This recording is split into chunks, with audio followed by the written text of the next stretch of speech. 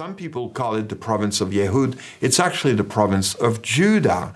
And they're under Persian rulership. And so it's important to intersect the story of Ezra and Nehemiah with the Persian dynasty of the Achaemenids, we call them. And it's a powerful empire. And the book of Ezra and Nehemiah deal with, as it were, a tale of three kings. And then the first king that we must mention is Cyrus the Great, because here is a neat intersection between the scripture. Chapter 1 of Ezra actually quotes and discusses an edict, a decree that Cyrus makes. And this decree that Cyrus makes is actually allowing for the restoration of worship, localized expression of worship by the people in all the provinces so that they can worship their own God. And, it's good for Cyrus because it creates revenue, temple tax revenue, and so forth.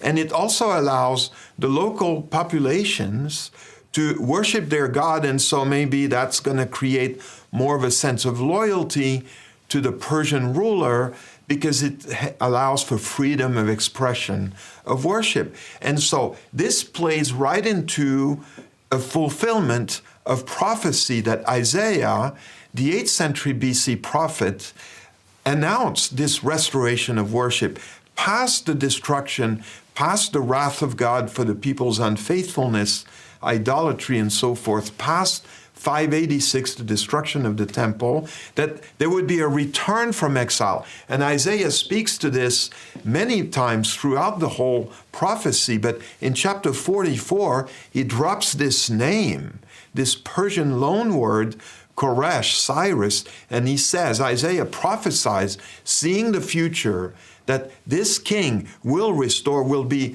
the catalyst for the restoration of worship in Zion, in Jerusalem. And chapter 44, and then also in chapter 45, Cyrus's name is mentioned by name. And lo and behold, there's also in archaeology what we call a cylinder, and it's an inscription that looks like a cylinder. It's at the British Museum in London, and it speaks specifically to the decree of Cyrus allowing in all the provinces a return to worship, a restoration of local expressions of worship. And so that's a neat connection. And so Cyrus is being stirred up by God, the secular ruler, to allow for the wheels of redemption to turn, because Ezra and Nehemiah is the restored worship of the Lord in Zion, and it's also preparing for the return of the King, Jesus, in his first coming.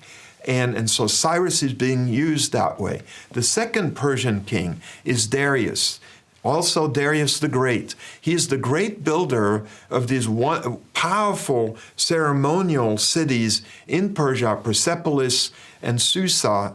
And these are monuments to the greatness of the Persian empires. But he's also the one who funds the rebuilding of the temple. We know this from Ezra 6. So he's an absolutely key player in terms of the secular backdrop to Ezra and Nehemiah for the return to the worship of the Lord in Zion. And then the third Persian king is Artaxerxes. And he is very instrumental in that, negatively, he interrupts the restoration of the wall.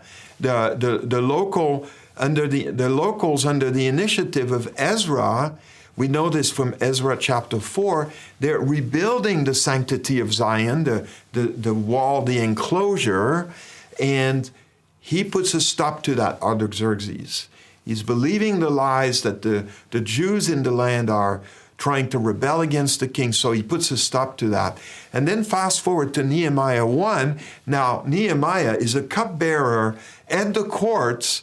He's a close servant of Artaxerxes himself, and it's in this context that Artaxerxes, by a change of heart, in no small measure due to Nehemiah's intercessory prayer, he has a change of heart, and now he commissions Nehemiah himself, his cupbearer, to become the governor in the province of Judah and to